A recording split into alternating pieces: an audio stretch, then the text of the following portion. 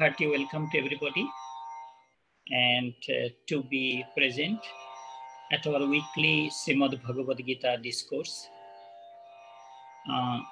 Lord Sri Krishna given us a wonderful opportunity to sit together and listen his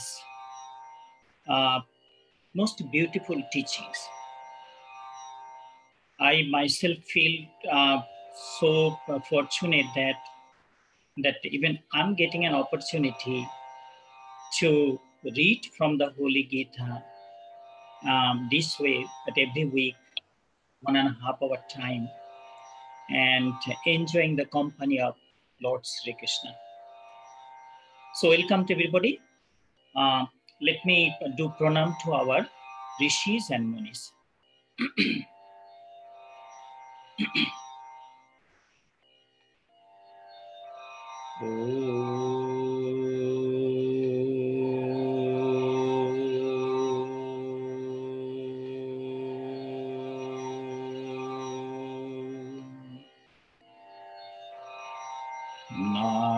Narayanam namaskritya naram chaiva narottamam devim saraswatim chaiva tato jaya mudiraye.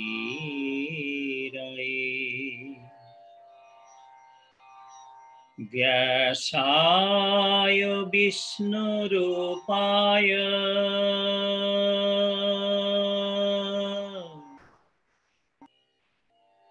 Vyasaya Vishnurupaya Vyasarupaya Vishnave Namo Vai Brahma Vidhaye Vasisthaya Namo Namaha. Shankaram Shankaracharyam Kesavam Badarayanam Sutrabhasya Krito Bande Bhagavanto Punaha Punaha Sadashiva Samarambham Shankaracharya Madhyamam Asmat Acharya Parijantam Vande Guru Paramparam. He Krishna Karuna Sindhu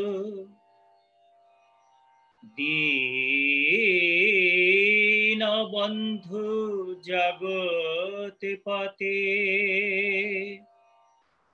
Gopeshu Gopika Kanta Radha Kanta Namostute. Tapta Kanchana Varanangi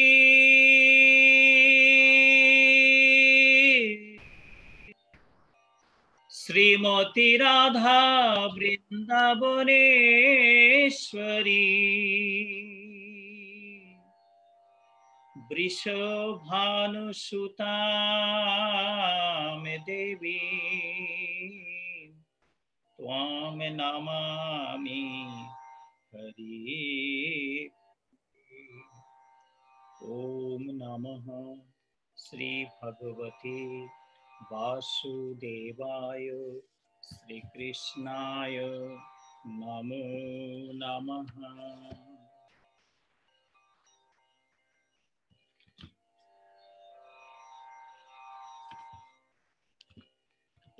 Okay, so we are in the chapter 10.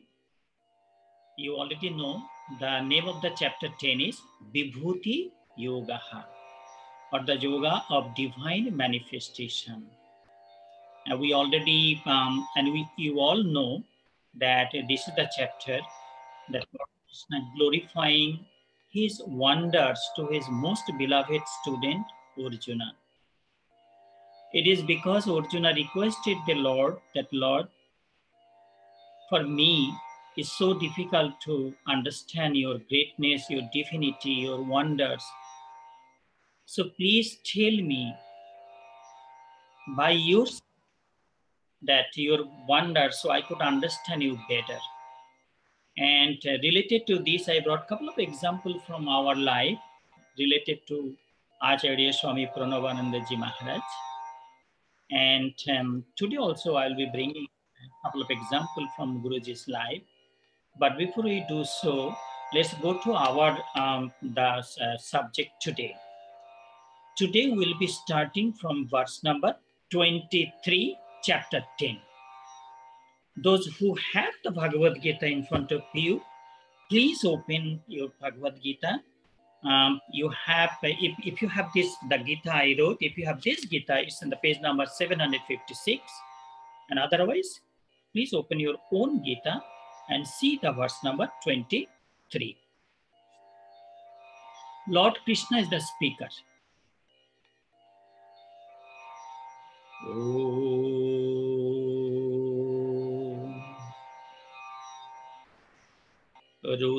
Rudranam Shankaraschasmi Vittesha Jaksharaksasam Bosuname Pavokaschasmi Meruhu Harinamaha Om Namaha Sri Bhagavate Vasudevaya Sri Krishnaya Namo Namaha. Lord Krishna tells Arjuna, Arjuna, I am Shankara of Rudras. Of Yakshas and Rakshasas, I am Kubera. I am fire of Vasus, and of mountains, I am mountain Meru. So these are some of the example Lord Krishna giving to Arjuna. So first he see that Arjuna, among the Rudras, I am Shankara. So who are the Rudras? These are, I was going through doing little research. I see here in the Rig Vedas, Rudras is basically Rig Veda is God, Rig Vedic God associated with the wind and storm.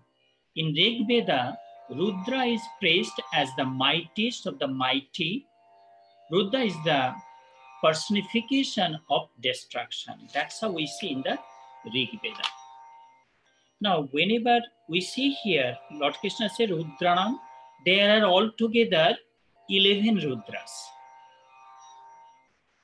So, Lord Krishna mentioned among the 11 Rudras, I am Shankara.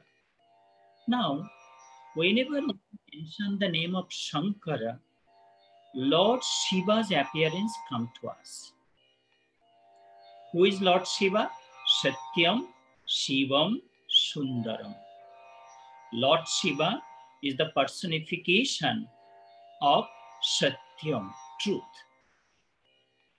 Satyam, Sundaram. Lord Shiva represents the beauties and all the purities of this world.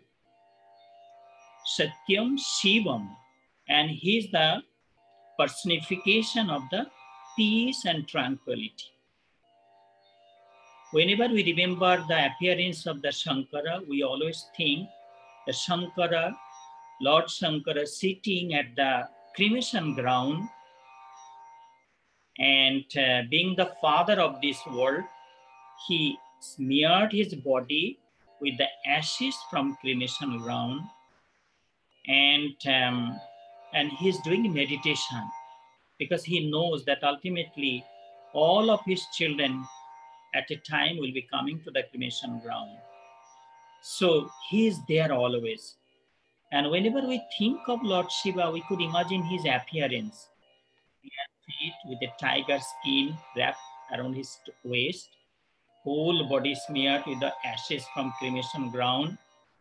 There is jata or matted hair, and he has snakes all over in his body. At his body, he has a damuru, small drum, at his right hand or left hand.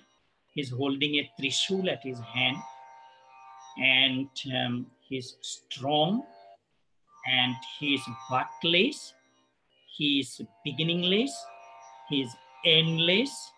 He was there, he is there, and he will be there. Not only that, we always recite this mantra, this prayer every morning. Mata me Parvati, Mata me Parvati, Pita Mahadeva. See? Mata me Parvati, Pita Mahadeva, Bandhava Shiva Bhaktascha, Sadesho Bhuvanatrayam. Mata me Parvati, our mother is the Ma Parvati, Devi Durga. Pita Mahadeva, our father is Mahadeva, and Mahadeva's another name is Shankara. So Mata me Parvati, Pita Mahadeva, Bandhava Shiva Bhaktascha. Those who love Lord Shankara, Lord Shiva, they are our friend, they are our true relative, they are our true own people. Sadesha Bhuvanatrayam, because the Lord Shankara is the Lord of this world, so entire world is our relative, entire world is our family. Everybody in this world is our family member, is one family. So Rudranam Shankaras Chasmi. So among all these 11 Rudra, I represent Shankara. And here in Rig Veda we see that Shankara is the representation of destruction. And you know that according to the Sanatana Dharma, the Hindu philosophy basically, we call Hindu Trinity. The God is one. As Lord Brahma, he created. You could see this creation when you go outside every morning. This morning I went outside, and as I do every day, I see 4 or 5 deer quietly, I think they slept last night right there, and seeing me all the orange cloth, running and jogging, they're wondering. So I was thinking, so Lord Brahma created this innocent animal also. They sleep there, they have a family, they live together, they're walking together, the big one taking care of the small one. Such a beautiful creation. And then same God as Lord Vishnu, he's protecting this world. He's the preserver of this world. Then as a Rudra, he's taking back everything, whatever is being created. Because creation, preservation, and destruction, these are the eternal law of this world. So we cannot say that Lord Shiva is the god of destruction. We cannot say that, because when you come to the temple, you see beautiful murti of Lord Shiva. And then I see that in the temple, people coming all day, one, two people coming, they go directly to the Shiva Lingam and take water and throw water to Shiva Lingam. They bow to Shiva Lingam, they take that water on their head. Then they bow to the other gods and goddesses. So whenever we think of the Shankara and Bhole Bhala, that means he could be pleased easily. And people love to chant the name of the Om Namo Shivaya, Om Namo Shivaya, Om Namo Shivaya. So Lord Krishna said, I represent a Rudra, being Shankara, I take it back, whatever I am being created. Please keep in mind, whom we call Krishna, or whom we call as Lord Krishna, that same one God, that one truth, because the Srimad Bhagavad Gita established the philosophy of incarnation of the Supreme Being as human being. So Krishna came as a human being with 2 hands, 2 feet, but he did the divine Leela. So that's why Lord Krishna say that, oh Arjuna, among all the Rudras, I'm Shankara, I'm Shiva. I'm the representation of the peace and the beauty and the truth. So Rudranam Shankaras Chashmi Vittesha Jaksha Rakshasam. We all know Lord Kubera is the guard of the all wealth. When you do the home entering ceremony, when some devotees call me to go to their home to do a home entering ceremony, we usually do Vishnu Puja, Lord Vishnu Puja. But after that, we do the Kuber Puja also, because Kuber is the guard of the all wealth. We all know that, that somebody, like in our day-to-day life in home, somebody, that keeping all the wealth, whatever, working very hard, 2-3 job, earning and saving all the money, not spending, even if he is hesitating to spend money for the family, we call, my God, you protecting, you preserving your wealth like Kubera. And so among all these Jaksha and Rakshasam, Lord Krishna say he represents Kubera. So these are the important thing. Why Lord Krishna telling this way? To explain to Arjuna, or to make Arjuna aware of his greatness. That is how he is describing his greatness, that among all this Jaksha Rakshasam, he represents Kubera. Bosunang Pabokas Chashmi. I'm fire of the Vasus. We always hear there are 8 Vasus. Here, I was looking today, usually Vasus are attendant of the deities of Lord Indra. There are 8 Vasus. The name means brilliance and wealth, and giver of the wealth. Now, regarding these Vasus, there is a beautiful story. And I'd like to relate to that story to you. You remember one of the main character of the epic Mahabharata is Bhishma, great-great-grandfather Bhishma. So we call it Bhishma Pitamaha. So Bhishma Pitamaha was the son of Mother Ganga and King Shantanu. Now, these 8 Vasus, one day they were playing with their wives, and some saint was passing through that way, but they disregarded the saint. I mean, they are being cursed actually. They are cursed by a saint, but they say that no, we don't want to, born as a human being. Please help us. Please, give us a way that we could come quickly back to our abode. So then, the rishi who gave that curse, he said that, well, if you are born out of river Ganges, Mother Ganges, baby Ganges, then you will be able to come back quickly. So you know that story. Shantanu, King Shantanu married Devi Ganga. But Devi Ganga said that, well, I will marry you, but you will not be able to. That please do not ask me any question. Whatever I want, I will do. Once you ask me a question why I am doing that, the same time I will be leaving you.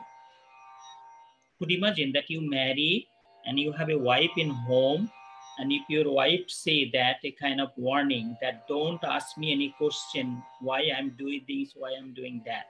Once you ask me a question, I will leave you immediately at that time. But Shantanu was so pleased to see the divine beauty of the Ganges or Ganga, Devi Ganga, he agreed with that promise that, okay, I will not ask you any question. So he married Devi Ganga. Now, Devi Ganga was, I mean, you remember, that is how the Basu was born, the first child born. The Devi Ganga took the baby. Could you imagine the first child born in home, and she at the midnight took the baby at her hand, went all the way to the river Ganges and dropped the baby at the river. If that happened in family life, can you imagine? The same night the baby was born, she took the baby, dropped to the river Ganges. In this way, 1, 2, 3, 4, 5, 6, 7 child is being dropped to the river Ganges. The king, as a father, crying in his heart, he could not take that pain. He used to think this woman must be a Rakshasi. It must be a goblin or ghost, a pichas. Otherwise, how can a mother could do this kind of sinful action, taking the baby the day they are born and dropping in the river? But he could not say, anything, because he knew that as soon as he opened his mouth, his wife will be gone. Now the 8th child was the same Bhishma Pitamaha Basu. So Ganga was taking the 8th child midnight, and her husband Shantanu was running behind him. She was about to drop the baby for liberation, but that time King Shantanu opened the mouth. Stop it, Pichas, you are Rakshasi, you are goblin, you are so cruel, you kill my 7th child. So Devi Ganga was shocked, very surprised. She was thinking, I will liberate this child and then I will stay with King Shantanu for life. And she was so shocked to hear from the king. Then she gave a sad smile to King Shantanu and disappeared. Could you imagine? That was our Bhishma Pitamaha. He was trained by the great guru, greatest guru of all time, Guru Parashuram. And Bhishma Pitamaha earned that blessings from his father. If he wish, he will die. If he does not wish, nobody can kill him. And he was indefeatable. Nobody can win him in battle. So that last Basu, because we're talking of the Basus, so 8 Basu, we call Ashta Basu. These are the different kind of gods. And Bhishma Pitamaha was the last Basu. Then he lived hundreds of years. And we all know the story that at the battleground of Kurukshetra, he fell down with hundreds and hundreds of arrows enter in his body, and he lay down on the bed of arrows.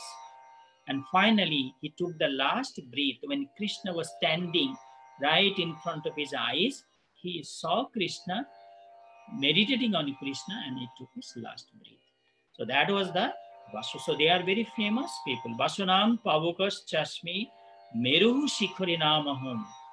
Among all the mountains, I represent mountain Meru. Why? There is great Himalaya. There is so much that what is called the Europe, the Alphas mountain. I went there, 13,000, top of Europe, they call there. There's a sign put there. There is so much famous mountain in this, the world, Kanchenjunga in Darjeeling. Why the mountain Meru is so popular and so famous? Why Lord Krishna say that I represent mountain Meru? But if you remember the story of the churning of the ocean, while the gods and demons, that story I will be coming later on, when the gods and demons were churning the ocean, the mountain Meru became the churning rod.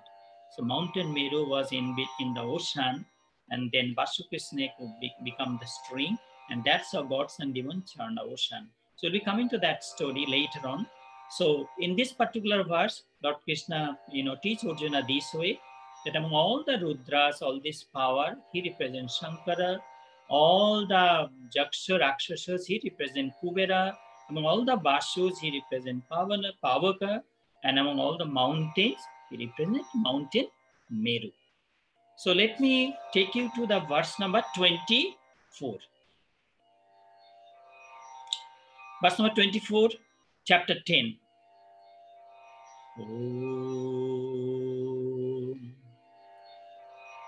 Purodhosham cha mukhyang mam Viddhi partha brihaspatim Senaniha senani namaham skanda Sarasamasmi sagaraham Purodhosham cha mukhyang mam Viddhi partha brihaspatim Senaninam aham skandaha Sarasamasmi sagaraha. O Parth, a priest, know me as the principal priest Brihaspati. I am Skanda of all generals. I am ocean of all water reservoirs. So Lord Krishna said, Purodhushan Mukkham Mang Viddhi Partha Brihaspati, among all the priests. What the priest? Learned people in our society who are master of the scripture, those who study the religious texts thoroughly, and those who educated themselves how to perform the rituals, all the rituals we do, home entering ceremony, wedding ceremony, or the death ceremony, whatsoever ceremonies people, 16 ceremonies, people do in their life. And so the priest or they study and they try to conduct this, the rituals perfectly as being wrote in the scripture, so that the family get the result. These are very highly respected people in our society. They hold the dharma. You know that when we're traveling, I was in South Africa, when you go to Guyana, Trinidad, Suriname, Jamaica, what you call Fiji, in the Mauritius, I was last year, not 2020, 2019. So these are the places the British brought kind of labor. I would not use the labor. They brought the people, those who are skilled in sugar plantation. So mostly these people came from state of Bihar and Uttar Pradesh. Some came from Madras area. So they were skilled in sugar plantation. But then when they came, many of them could not go back to their country. With all these people who came, there was some priest by birth, even though they are not so educated that there's less opportunity. But these people hold dharma. They at least, help the people to practice their whatsoever they want to practice in their spiritual life. So in our society, priests are highly respected because they don't look for the money, but they try to perform the pujas and whatever you invite them, so that the result of that ceremony is you get that. Like, sometimes I go, because when I'm mentioning this every time, say that I went to, like, last week I went to somebody's home in the Justice City area for a fast food ceremony, Annaprashan ceremony. So it's a elaborate ritual taking hour and a half time, little baby crying. But when I am doing puja, say Ganeshji Puja, Lord Vishnu Puja, Lord Shiva Puja, Goddess Durga Puja, or Lord Vishnu Puja, I'm just closing. I could see the Lord Ganesha or Ma Durga or Lord Shiva or Lord Vishnu is right there standing in front of me. So this is like tapusya. So that is why among the priests, they are so much respected in all society. But among all these priests, the Lord Krishna say that he is Guru Brihaspati. So who is Guru Brihaspati? He is the preceptor of the gods. Devi Guru Brihaspati. He counsels gods. His position in the heaven is the most respected position. because he tried the gods to conduct their duty, like wind god should give the wind timely, rain god should give the rain timely, or the, that what you call the sun god, he should do his duty timely and in a manner way, in a right way. So Guru Brihaspati gave them counsel to conduct their duties rightfully. That is the duty of a guru. If you see Guru Vasishtha, whenever Lord Rama was a king, but whenever he needed, he went to the Guru Griha, the home of their Guru, bare feet. Even Lord Krishna himself was trained by his Guru, Guru Sandipani, near to the, what you call in the Omkareshwar, that area, and he was being trained by his Guru. So among all the priests that Lord Krishna say, he represents Guru Brihaspati. Guru Brihaspati is the symbol of peace, dignity, respect, steadiness, and the well-wisher of the mankind. He counsel God to do good for the mankind. Senaninam aham Skandaha. Skanda is the Lord Kartikeya. Who is Lord Kartikeya? The army chief in heaven. He is the army chief in the heaven. Skanda is being known as Lord Kartikeya, Lord Murugan, Subramanian Swami. He's so popular if you visit southern part of India. I went to Sri Lanka a couple of years back to see the, my whole purpose was visiting Sri Lanka was to see where Devi Sita was took by Ravana, that Ashok Vatika, and when Hanuman jumped from India to Sri Lanka, so where he landed, to see all those things, I was imagining to see all the, that was the purpose to go to the Sri Lanka. But then so Senaninam aham Skandaha. So when I went to the Sri Lanka, I see there is, because a lot of Indian people live in Sri Lanka, especially Sri Lanka, Tamil people live lots, and they build big temple of the Subramanian Swami, Lord Kartikeya. So he's very popular in southern part of India. And also, when you come to our Durga Puja time, if you look at the Mother Durga Murti, you will see Mother Durga's on the left side, that at the feet of Mother Durga, her beloved son Kartika is there. He represents bravery. He represents inspiration. He represents power. He represents confidence. He represents all the military power. So Senaninam aham Skanda. Among all the generals, all the army people, I represent Skanda. Now, who is this Skanda? Skanda is the son of Ma Parvati and Lord Shiva. There was a demon, terrible demon, anti-social element called Tarakasur. A demon called Tarakasur. He went to the Himalaya, did tapasya to please Lord Brahma, and Lord Brahma came, being pleased by his tapasya, and he said that Tarakasur asked me what you want. He said that I want to be immortal. Mujhe amaratva var pradan kijiye. Give me that I don't want to die. Know that Tarakasur, that whoever is born have to die one day. Man is mortal. There is no, it cannot be changed. Ask something else. Then he said, because that time he know the story, the Devi Sati, it's a lot of story behind. I'm not going there.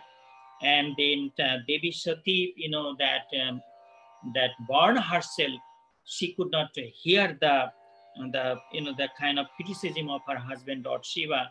By that time, Ma Durga supposed to come. She will be coming again, but in between, Lord Shiva was meditating quietly. So there was no chances that Shiva will have a child in future. So, but then ultimately, as Brahma say, okay, that will happen. So time came, this Kartikeya or Skanda was born, and he led the heaven army of the heaven and destroyed Tarakasur. So that is the Senaninam aham Skanda. So why Lord Krishna say? Because He is the most powerful army person in among all. That is why the Lord Krishna mentions Skanda's name. Sarashamusmi Sagaraha. Among all the water reservoir, I represent ocean. There are so many places. You have ponds, you have lakes, you have rivers, you have canals, you have so many places. You see big rivers all over the world. Mighty, our Hudson River, Mississippi River, Ganges River, Amazon rivers, River Nile. You go all over the world. Suriname River, Barbados River. I went to the, Africa. I just forgot the name of the birthplace of the. I think the. I just forgot the name of the river in the Uganda. It's a big place. So all these places you see water, but Lord Krishna say among wherever water is there stored, Manas Sarovar, the Manas Lake in Kailash mountain. A couple of years back, I went to the Kailash Mansarovar Jatra and walk around the Kailash mountain. I remember a couple of years back, and I see the lake on the highest, that's the highest place you could see a lake, water reservoir. So high mountain, the beautiful lake. People believe the gods and goddesses, they come and take their bath there. It's this holy water. Generation after generation, age after age, rishis, munis, saint, monk, devotees, thousands, they're going, and that place become most sanctified place. But all these places, that ocean is the Lord Krishna says, I represent ocean, because when you go to the mighty Atlantic Ocean or Pacific Ocean, and you could see there is no end of water. I mean, vast water reservoir, you don't see the other side of the ocean. So this is how in this particular verse we learn, among all the priests, the Lord Krishna says he represents Guru Brihaspati. Among all the army people, he represents Skanda or Lord Kartikeya. And all the places there is water, Lord Krishna represents ocean.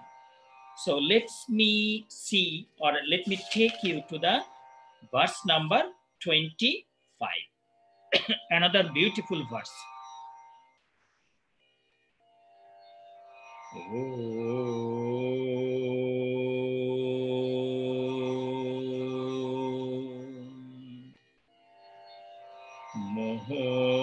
Mohorishi name Bhriguraham.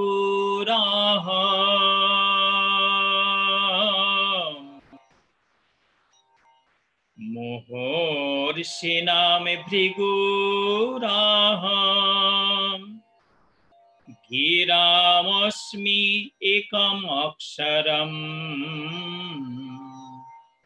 Yajnanam japujagyasmi.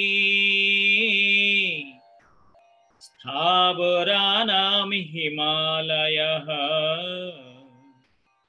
Mohorishinam Bhriguraham. Sorry. Of saints, I am great Bhrigu. Of utterance, I am single syllable Om. Of Yajnas, I am a Japajagnya. Of continuous quiet chanting of the holy name of God. Of immovable things, I am great Himalaya. Mohorshinam Bhrigu.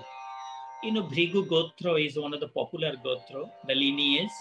A lot of people come to temple when doing ceremony. We ask that what's your Gotra? They say Bhrigu Gotra. Even we have in the Bharat Sersam Sangha, our Gotra also Bhrigu Gotra. So who is this Bhrigu? So first thing I got it, Mahorshi Bhrigu is the one of the 7 great rishis created first by Lord Brahma. He is the first compiler of predictive astrology. The Bhrigu Samhita. He is also the author of the Bhrigu Samhita, the astrological classic. Mahorshi Bhrigu also knew Mrito Sanjivani Vidya. What is that? Means he could give life to a dead person. Can you imagine? I wish Maharishi Bhrigu was here now, that there's so many people losing their life because of this coronavirus, COVID-19. If Maharishi Bhrigu was here, at least the young people, those who do not deserve death right now at their young age, Maharishi Bhrigu could help us so many. He could be worshipped as God because he has that power. He could give life back to a dead person. So, most known Maharishi Bhrigu, there's a beautiful story related to Maharishi Bhrigu. So whenever we think of the astrology, palmistry, astrology, reading your forehead, or what you call kundali, people occasionally come to temple, ask me, Swamiji, can you please read our hand, or can you see our forehead and say something, or can you do the Janma Patrika, the child is born, can you make his kind of what is future in the child? This was given by Maharishi Bhrigu. This is his dedication to the world. There was a famous king in India called Nahush. Nahush did so much great work in his life, so much good work, so much noble work he did in his life. So Nahush became the head of the heaven. You could imagine, usually Indra sit in the throne in the heaven, but somehow Nahush captured that throne. So Nahush became the king of the heaven. The sun god, the rain god, the Surya Narayan Bhagavan, moon god, mountain god, ocean god, all working under King Nahush. But then, power make people proud. We all know that. There are power and money. Once you have money, you are a wealthy person. Sometimes you become blind. You might say, Swamiji, how it happened? One example. There was a tiles company in Calcutta at the time of Swami Pranavandaji. I'm coming back to the Nahush story. How the money or wealth make people little blind. I will give an example. So Swami Pranavandaji is still living, and Baliganj ashram construction going on. They need some tiles. So two monks, our Pujya Swami Sachidanji Maharaj and another Swamiji, went to the, that tiles company. They wanted to meet the owner.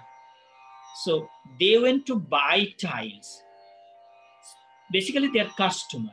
But when they see that, Gerua, two sadhu coming, no, nothing happened. Go out. No, don't come. So the Swamiji to thinking, oh my God, we came to here buy tiles. And this man telling, go, don't come here. So basically, the man thought the sadhus are coming from the alms collection, fund collection, or subscription collection, or for begging. Sadhus, they do that. So then Swamiji said, no, we want to buy some tiles. We did not come to collect fund here. Oh, please, Swamiji, come. Please, Swamiji, come. Go upstairs. So it happened always without judging why the people coming to us. Anybody thinking because of the money, oh, he's coming to take your money, keeping the 3-4 locks. So coming back to the Nahush story, Nahush, because he became the king of the heaven, that power made him blind. So now that pride and illusion is the sign of the downfall. It was time for Nahush to fall down. So one day Narad came that, Maharaj, you are the king of the heaven. So Devi Indrani is supposed to be your wife. She's supposed to serve you. Devi Indrani is the, what you call that, consort or wife of Lord Indra. But she's supposed to serve you, Devi Indrani. And Nahush become blind. He become kind of, how I will put the infatuation, the pride, And all these things, his punya, his good work, the result of his good works came to an end. So he was bothering, sending message to the queen, Devi Indrani, that she should serve Nahus, King Nahus, because he is the present king of the heaven. But then Devi Indrani thinking, this man is blind now. And her husband Indra is hiding, out of fear of Nahus, all the way somewhere else, unknown place. So how she can protect her modesty? So she planned something. She said, okay, I can serve you, but you have to come to me riding a chariot, should carry 7 sages or 4 sages, 7 sages. You could imagine. So Nahus becomes so blind. He called all the rishis. The Bhrigu was there. Rishi Bhrigu was one of them. The king Nahus sitting on a kind of palanquin, and they were carrying on their shoulder Nahus to Indrani's place. And he was so blind, he was telling that, why you stopping? Walk fast, walk fast. Rishi Muni, they are looking at the road, so make sure that they don't kill any kind of insect, anything. So the palanquin were jumping. So fast, fast, sharp, sharp, sharp. Then he kicked one rishi because he was so blind. And then they dropped the palanquin on the road, and Mahorshi Bhrigu took water in his hand. Ray fool, oh fool, you don't know what you're doing. Let me give you a card. Since you say sharp, sharp, be a big python snake and fall on the jungle for eternal time. Immediately, Nahus became a big python snake and fell down. So that was our Mahorshi Bhrigu. So whenever we talk of the Bhrigu, we have to bring a lot of respect for him, such a powerful rishi. Mahorshinam Bhrigu Raham, Giram Asmi Kamaksharam, Giram Asmi Ekam Aksharam. Among all the utterance, some single syllable, Om. So this is one of the most important things. You hear today, when I was starting the Bhagavad Gita discourse, I was reciting Om. Every morning when I practice, sit down for Riwaj, I do Om. If you attend a yoga class, yoga instructor will be telling you, please recite 3 times Om. Whenever you conduct a puja, especially a Hindu temple, we recite any prayer, Om Ganeshaya Namo, Om Durgavai Namaha, Om Namo Shivaya, Om Sri Gurave Namaha, Om Sri Hanumate Namaha, Om Sri Raghunathaya Ramachandraya Namaha. Or if you recite Gayatri Mantra, Om Bhur Bhuvaswaha. So always you are using the Om. And a lot of spiritual seekers, they just chant Om, Om, and Om, and they're finding peace. Om represents creation, preservation, and destruction. Om represents the God itself. Om represents truth, beauty, and peace. Night time in a dark room, if you sit down quietly and think of the shining Om at your forehead right here, you could see the Om, and then you'll be surprised to see so much thing you'll be able to see in that Om. And this is because of this, Lord Krishna mentioned to Arjuna that among all the sounds, all the utterance, he represents Om. Because Om itself can take 1 hour, hour and a half lecture, because the Shiva Mahapuran give elaborate description of the Om and its beauty. So I'm not going to that places because we all know what is Om. So let me move forward.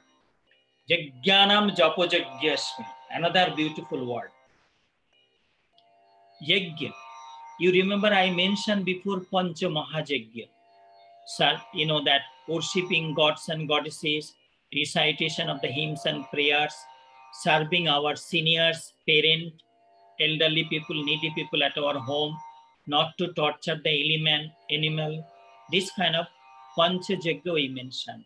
And then our every action is a Yajna. From morning to evening, evening to morning, whatever you're doing, Everything part of the karma yajna. It's a big karma yajna. So, and then when you come to Durga Puja time, the 9th day, the Navami night, actually you see here every year we do the Havan ceremony. So Havan is also being known as Yajna. If you have a new home, we do a Yajna. We light the fire, we pray to the fire god. When you're going to get married, when you marry, you're walking around the Havan Kund, the Yajna around 7 rounds and taking your marriage vow. So that is Yajna is so Yajnamaya Jivan. Our life is full of Yajna. Whatever we're doing, everything is being counted as the Yajna. Lord Krishna says, among all these Yajnas, some Japa Yajna. So what is Japa Yajna? Japa Yajna is quiet chanting of the name of God. You take your mala and you sit down at your ashram and you take Diksha, Guru Diksha from Guru.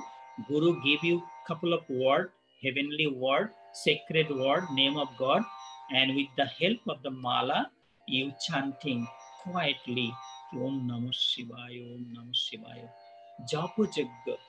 The Srimati Radharani say that, oh friend, Sakhis, while chanting the name of the Krishna, my body, I can keep control of my body. Srimati Radharani say that her whole body become Namamoy, means it's chanting. Every root of the hair chanting the name of Krishna. Become Krishna. That I told the story one time that Guru Sishya was walking, they got in the riverside, they got a piece of bone. And the Shishya was the piece of bone. Till Guruji, I see there is something look like imprinted on the bone. Guruji in his inner vision see written Om Sri Rama, Om Sri Rama. Means the Guruji say must be the bone of a saint, of a devotee. And he chanted Lord Rama's name so many times, is being imprinted in his bone even. So, quiet chanting of the holy name of God is part of the meditation. Meditation and japa, this goes together, side by side. Like for example, you chanting the name of Lord Shiva, Om Namah Shivaya, you chanting, and while meditating that in front of you, Lord Shiva standing with his heavenly appearance. So that is why it's a very deep thing. And this Japa Yajna is one of the most sacred way to achieve the final goal of life. And this time when we are in home, it's a kind of unique opportunity for us to spend some time in meditation and job. If you could sit down one corner of your home and take your mala, or if you could chant by in your hand also, the whatever name. Those who took Guru Diksha, you can chant your Guru Mantra. Those who did not take Guru Diksha, you could add Om, and like say for example, you like Lord Sri Krishna, you could cite Om Sri Krishna, Om Sri Krishna, you could chant then. And it is Sri Krishna who will be arranging you later period of time for your right Guru Diksha. It is Krishna will be sending to your home even if needed to guide you to proceed further in your spiritual life. Guru come in life, automatically come. So Jagyanam Japo Jaggashmi Sthaburanam Himalaya. All the immovable thing in this world, I represent Himalaya, great Himalaya. I went so many times to Himalaya. The first time in, I think it was 1980, I was visiting Kedarnath, Badrinath, Gangotri, Jamunotri, the holy places from Haridwar. Initial, there was time when people used to make will, give away everything and then go to this jatra because they don't know they are going to come back or not. But when I went, I walked almost, let me think over, almost 120 kilometers I walked. I went all the way to the Gomukh, to the birthplace of river Ganges. That's so, I was so young that time. is all in the Himalayas. Himalayas, Devotatma Himalaya, the soul of the God is Himalaya. Once you fall in love in the Himalaya, Himalaya will be, calling you again and again. You will be bound to go Himalaya repeatedly. It has so much of beauty in the Himalaya, so much of pilgrim sites, so holy places. It's natural beauties. You will see how the Mandakini River, Olokananda River, Yamuna River, so much falls, so much different kind of birds, flies, the animals you will see, the beauties of the mountain, flower garden. You will fall in love with the Himalaya. And age after age, rishis, munis, devotees, they're spending time in Himalayan mountain, and they're practicing yoga to attain final liberation. So Himalaya is a Devotatma Himalaya, the soul of the God. One time we went, when I took some of the devotees from USA, and I could see when I took them to the, what you call, Mussoorie and that side, and I could see the devotees who was visiting with me, that Brian and some other devotees, they fall in love. Maybe I could see they're running in the Himalaya. And I say, look, you did not see the Himalaya. You have to go a little bit deep inside, and then you'll be surprised. So it is because of this, Lord Krishna say, among all the immovable things, I represent Himalaya. Once you go to the Himalaya, once you fall in love, it will be calling you repeatedly. You'll be forgetting your life here. You'll be going to Himalaya and to see its inner beauty. Let me take you to the verse number 26. Verse number 26, chapter 10.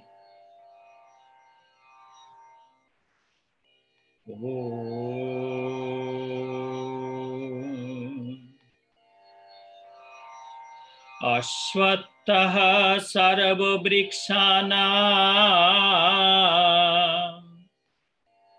devarshinam cha naradaha gandharvanami chitrarathaha shithyanami kopilo munihi. Om Namaha Sri Bhagavati Vasudevaya Sri Krishnaya Namo Namaha. Ashwataha Sarva Vrikshanam. Among all the trees, Arjuna, among all trees, I am Ashwatha tree, or people tree, or fig tree. Of celestial sages, I am says Narada. Of musicians and dancers, I am Chitraratha. Of enlightened souls, I am says Kopila. Ashwatha Sarva Vrikshana. Among all the trees, I represent Ashwatha tree, or people tree, or fig tree. There are apple tree. When you go to the Kashmir, one time I was visiting Kashmir, you could see apple tree, so beautiful color.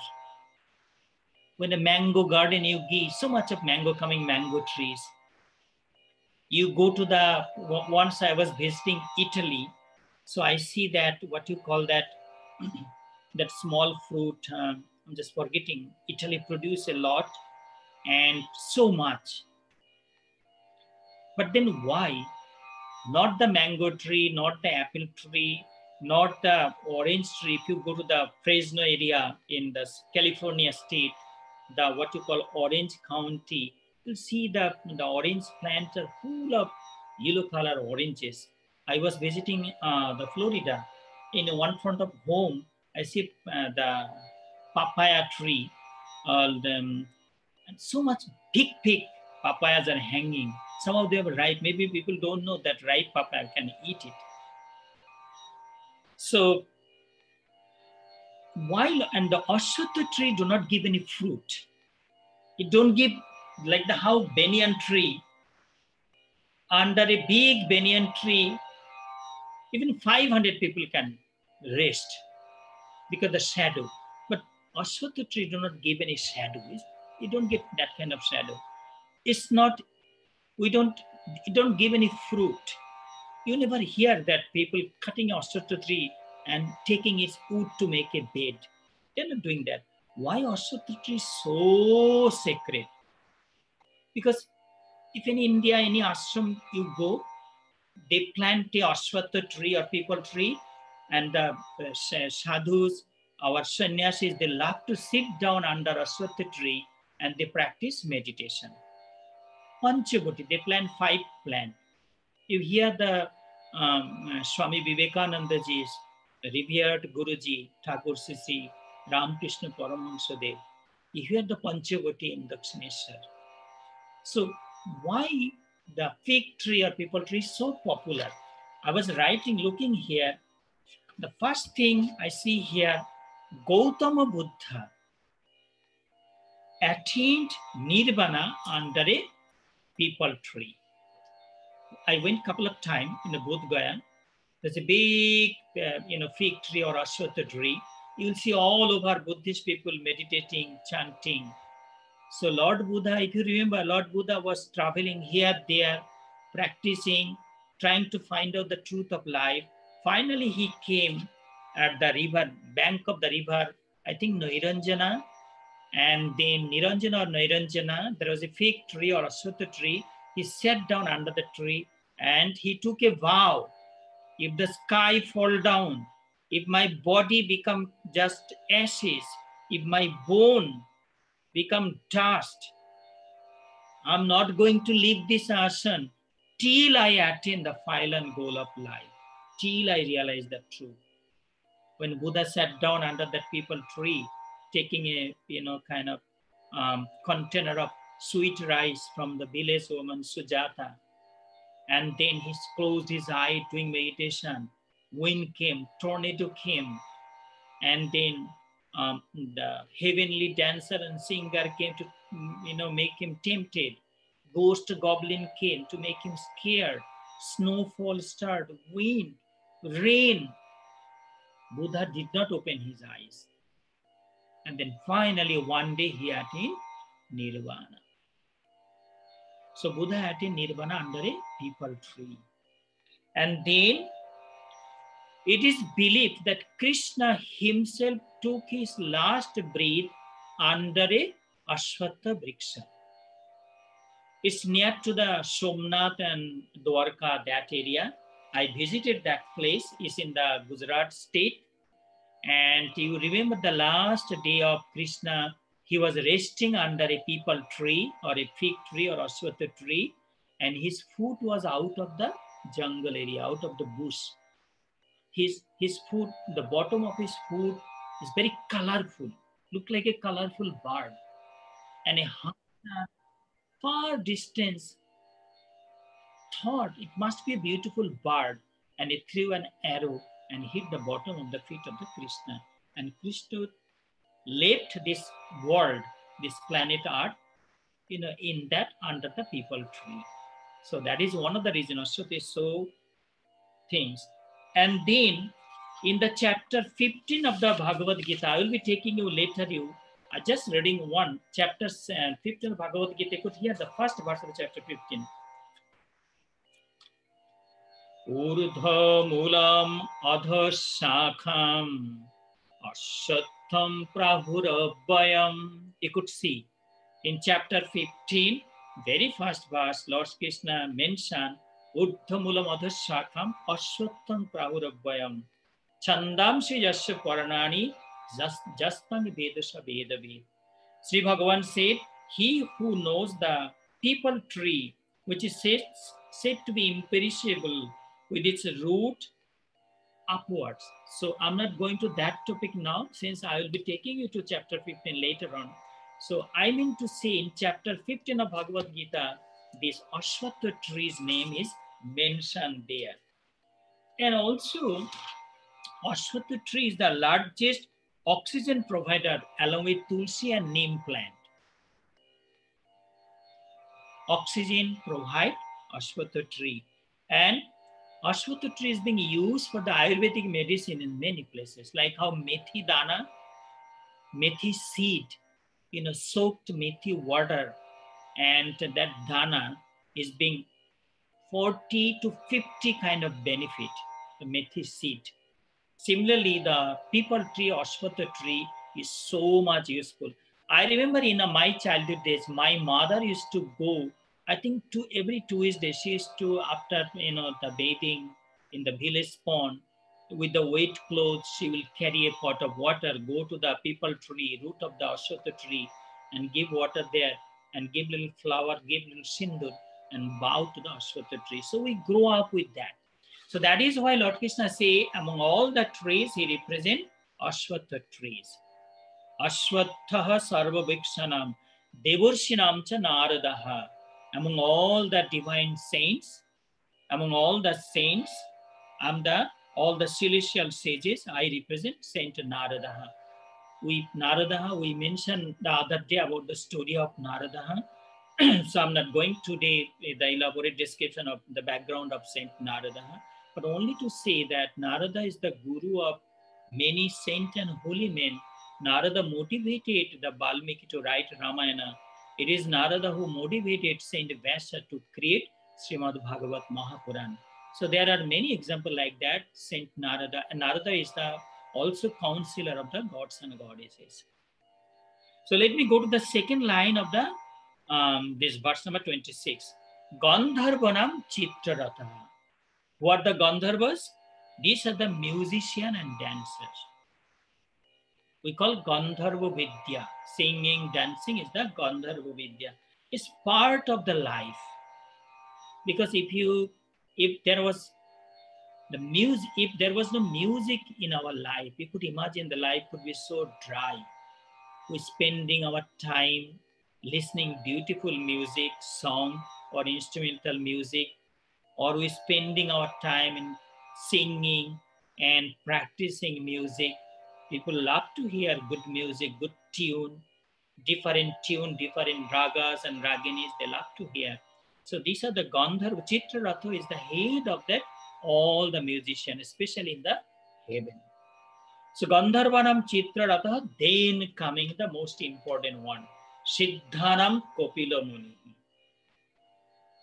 Among all the enlightened soul, I represent Saint Kopila.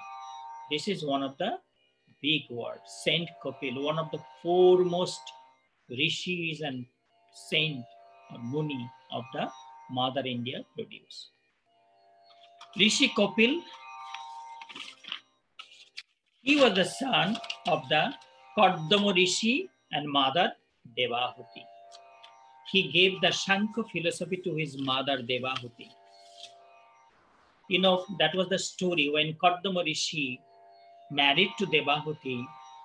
He told her that as soon as your first child born, I will be going to the forest for my spiritual practices. So he left. Now Kopil when he grew up, he was about to leave also for forest for spiritual practices. So that is the time Kopil Rishi, his mother was crying out of Maya. And so Kopil gave that philosophy to his mother, Devahuti. So what is the Shankha philosophy? The summary of the Shankha is a great philosophy. Kopil Shankha, we call it. So what is the basic thing of the Shankha philosophy? It says like this: the Shankha school assumes the existence of two bodies, a temporal body and a subtle matter that persists after biological death. I read again. This is the basic principle of the Shankha philosophy. The Shankha school assumes the existence of the two bodies, a temporal body and a subtle matter that persists after biological death. When the former body is perished, the latter migrate to another temporal body. That is the basic thing, core thing of the Shankha philosophy. It's a big philosophical knowledge. Those who are interested, please, you know that after we finish, you could the Google search and see what is Kopil Shankha philosophy. You will see, it will take long time to understand and difficult to understand also. And so Kopil Shankha, Kopil Rishi Ashram. Where is the Kopil Rishi was doing meditation, his spiritual practices? That's the Ganga Sagar. What is Ganga Sagar? The river Ganges falling in the Bay of Bengal all the way to the Calcutta. We call Sagar Island. Just the post couple of days before, it was the biggest religious fair there. Thousands of saints and holy men, they go. People say you can visit other places many times. Shab Tirtha bar bar, Ganga Sagar ek bar. You can go to the holy places many times, but Ganga Sagar only one time. It is so dangerous kind of tour or traveling. So Kopil Rishi ashram is there, and Kopil Rishi was doing his spiritual practice or yoga practice right there. It's a beautiful story I'm telling you. There was a king, Sagar. He was doing a horse sacrifice, yajna. You all know what is horse sacrifice? That he will write a notice on the horse, a good horse, an auspicious horse. This horse belongs to King Sagara. It will go wherever it likes by its own wish. Please do not try to stop this horse. In case you stop it, you have to face the what you call anger and of the punishment of King Sagara. So that horse was moving. Behind the horse, there were 60,000 people of King Sagara protecting the horse. While the horse was going here, there, here, there, here, there. And what happened? Indra from the heaven thought that if King Sagara completes his yajna, he might take my Goddi, what you call, he might take over my power. So I will lose my Singhasana in the heaven. So he stole the horse suddenly and took all the way to the Ganga Sagar island and hid it behind the Rishi Kopil. His eyes was closed. He was meditating. He was deep into his meditation. He did not know that somebody left a stolen horse behind him. He don't know anything of it. So suddenly when the horse disappeared, King Sagara's people, 60,000 people, they're looking now, holding their bow and arrow in hand, bringing their sword outside. Where? Who? While looking here, they're searching. They reach that Ganga Sagar Island.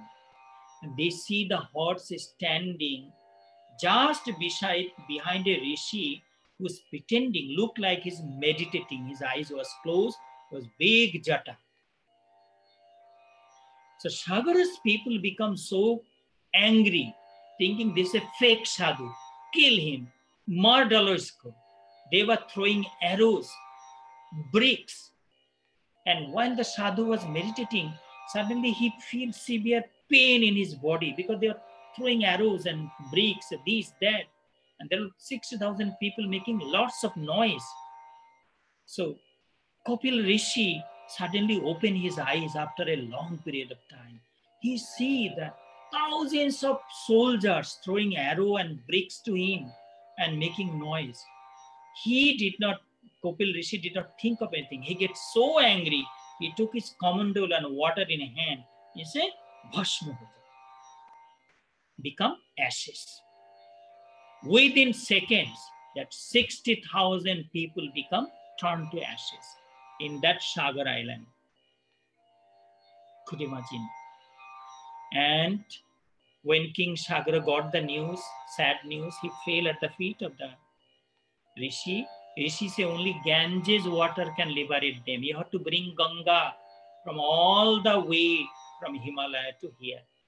That's a big story.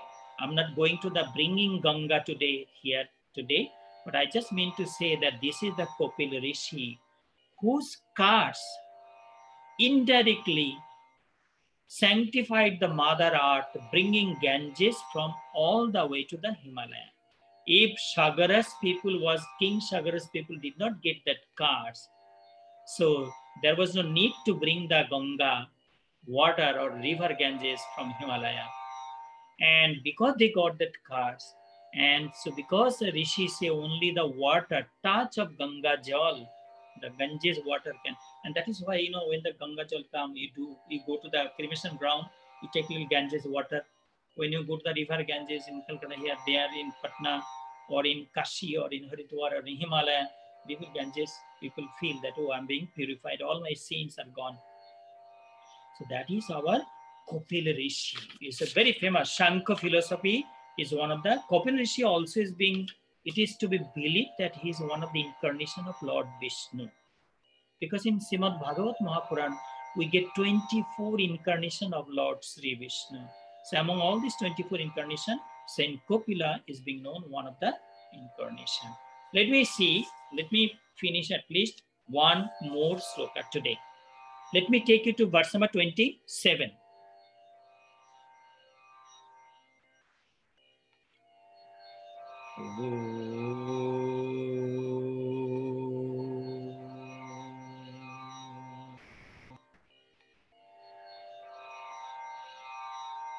Uchai srava samaswanam.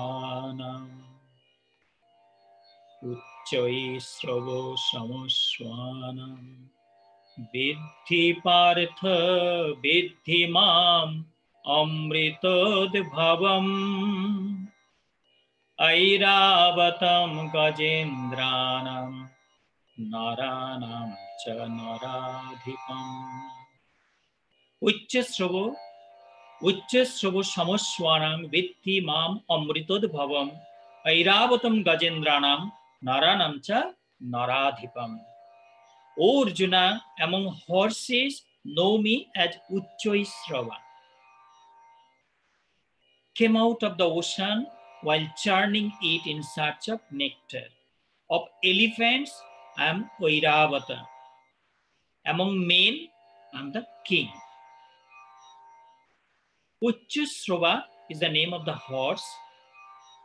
It's taken by Indra. You know the story that while gods and demons, I will be coming that story maybe later on, not today, that while the gods and demons were churning the ocean in search of Amrit, nectar. So that is the time first came poison. Lord Shiva drank that poison, and so his throat become, the influence of the poison become his throat blue. So blue called Neel. That is why Lord Shiva got the name Neelakantha. Neelakantha Shiva. So then, with the other thing coming out, so the horse, that white horse also came out, named Uchchasrava. So it was taken by the Indra to the heaven. So among all the horses, you all know that horses are so beneficial. We use horses for cultivation in farming. In the horse cart is being used. In the Calcutta, I remember in the old days, the horse used to draw the tram car, trams and all these things. The horse cart is so, is being used everywhere, all over the world. Horse riding, it's very beneficial. Among all the horses, the Lord Krishna says he represents Uchchasrava. And then Airavatam Gajendranam Mam Amritadhvam. We could see that Uchchasrava came of the Amrita, means while searching the nectar. Airavatam Gajendranam, among all the elephants. Among all the elephants, Lord Krishna said that he represents Airavat. Also, Airavat is a white elephant, came out of the ocean while churning the ocean in search of nectar. When I'm talking of the Gajendra or the Airavat or the elephant, you could imagine when you come to our temple, you'll see the first I put the Ganeshji Bhagavan. And in the temple also, you'll see big Ganeshji. Ganeshji Bhagavan is the most loving son of Ma Durga. So why people call elephant god? So why the face is like elephant? There's story, of course, in the Srimad Mahapuran. But since that I'm visiting Africa a lot recently, last couple of years, the people to collect the tusk from the elephant, they kill so much of innocent elephant. So in protection, the animal protection, to protect the elephant from this kind of heinous crime people committing for greed, to killing them to collect the tusks. Probably that is why our saint and rishis put elephant face God in our temple. So among all the elephant, Lord Krishna say he represent Airava, Naranam cha Naradhipam. And among the men, I represent king.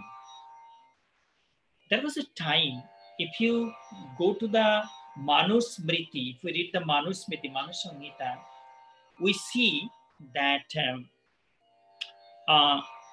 Manu say the king represent Lord Sri Vishnu. I mean, when the Nepal was ruled by the King Birendra, his Singhasana, all this, everywhere in India, especially, the king was counted as the representation of Lord Vishnu. Why? Because king was a servant of the people also. King lived like a sannyasi in royal palace. Because king was the ruler, also he was like a father in his kingdom. He was the friend of the people. He collected tax from the people, and like how sun, dry ocean, create cloud and give back as rain, how our government collect taxes and give us back as making a road and all these things, improvement, all the structure, building. And that is why kings used to collect taxes from people and then give it back to also the benefit of the God. And because there was king, there was there's a ruler in the country, all the thief, burglars, all the anti-social elements, or the robbers, or the cruel people, they are always scared because there is a administration. They will bring this bad element into justice, surely. So that is why the Lord Krishna say that I'm the Airavata among men and I'm the king among the men, I'm king. So let me, so I'm not sure I should read one more verse, or let me first summarize what we read today. And then if we get time, we will read one more verse. Quickly, I'm summarizing. In the verse number 23, we read that Lord Krishna say, among all the Rudras, he represents Lord Shiva, Shankara, and all the people who protect wealth, he is Kubera. And he was the Vasu, we talk about the Vishnu Pitamaha, and Meru mountain among all the mountains. In the verse number 24, we read today, among all the priests in this world, Lord Krishna say he represents Guru Brihaspati. And among all the army people, army general, so Lord Krishna say he represents Skanda, Lord Kartikeya. Among all the places where water is there, Lord Krishna he is ocean. Maharshinam Bhrigu, the Bhrigu Rishi who gave us the astrology, that kind of scripture, Bhrigu Samhita, the astrological classic, Lord Krishna say he represents Bhrigu Rishi. And among all the sound and utterance, he represented Omkara. All the yajnas we do, Havan ceremonies we do, Karma yajna, Japa yajna, Dhyana yajna, Jnana yajna, all kind of yajnas we practice. Among all these things, quiet chanting, silent chanting of the holy name of God is the best. And that Lord Krishna say he represents that. We talk of the great Himalaya. Among all the mountains, Lord Krishna say he represents great Himalaya. Among all the trees, right now we are talking of the Ashwatha tree, how it is so beneficial, how Lord Buddha attained Nirvana, how Lord Krishna took his last breath under this fig tree or the Ashwatha tree, how monks and holy men, devotees love to sit down under the Ashwatha tree and do meditation. We talk of that. And also largest oxygen provider, the Ashwatha tree, and that is with neem and tulsi plant. That is why Ashwatha Vriksha is so sacred to us. And then all the saint and holy men, he represents Saint Narada. Gandharvaram Chitranath, we read that also, heavenly dancers. And most recently, we were talking of the Saint Kopila, who gave the Kopil Shankha to us. And then finally, we read here that among all the horses in this world, Lord Krishna represented Uchchasravaha, and which came out the ocean while the gods and demons churning the ocean in search of nectar. He represented the white elephant Airavata, and among the men, he represents king. So let me quickly complete one more verse so that we could complete our time. So I'm taking you to verse number 28. Why I bring the summary so that I bring it because so that you don't forget 1.5 hour what Swamiji read initially, we just forgot everything. So that is why I brought quickly, I summarized the whatever we read today. Verse number 28. Ayudhanamaham vajram dhenu namasmi kamadhu. Ayudhanamaham vajra dhenu namasmi kamadhu. Projanoscarpi kandarpaha sarpanang basuki aham vajra. Om Sri Krishna, Om Sri Krishna, Om Sri Krishna. Ayudhanam aham vajra. Lord Krishna tells Arjuna, of weapons, I am Vajra. Of cows, I am celestial cow, Kamodhenu. Of instincts to have children, I am Kupit. Of God of love, the God of love, and of serpents, I am snake Vasuki, the king of all serpents. So that was that. So let me see. Ayudhanam Vajra. So I was looking at it that what is Vajra here. So I got a little bit of it. It's a weapon symbolized indestructibility and irresistible power. So Vajra is a weapon symbolized indestructibility and irresistible power. According to Hindu mythology, it is considered the most powerful weapon of all.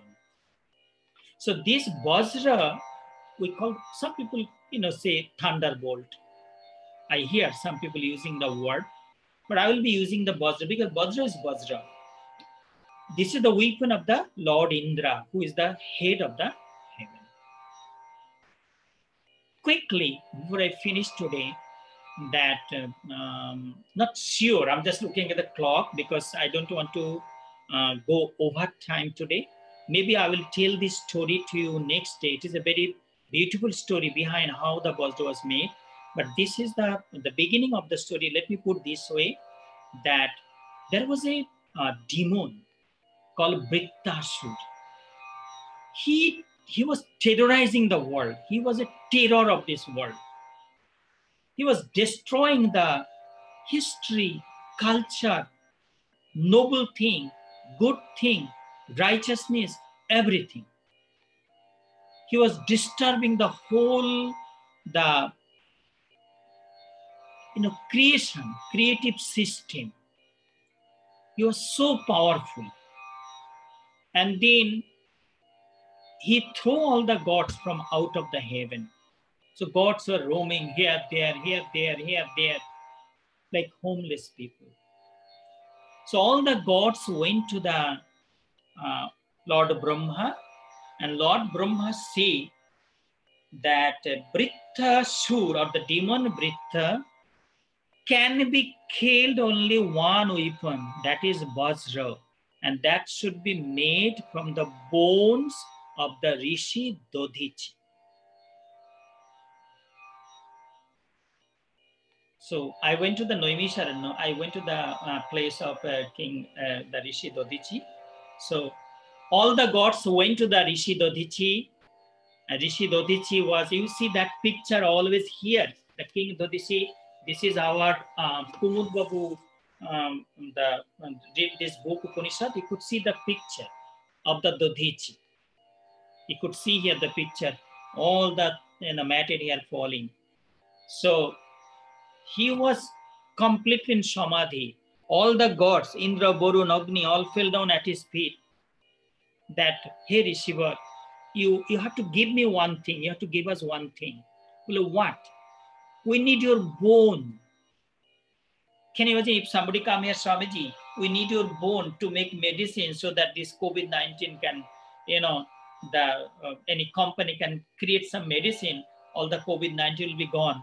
So if say that here scientists come, they come, Swamiji, we dream, and it's true that Swami Amarnathananda's bone, if we use it to create vaccine, then only we'll be able to. So that means I have to give my bone. That means I have to leave my body. So this story I will be finishing next. I don't want to overgo with the time. I will be completing here today. Sorry, I could not finish the story.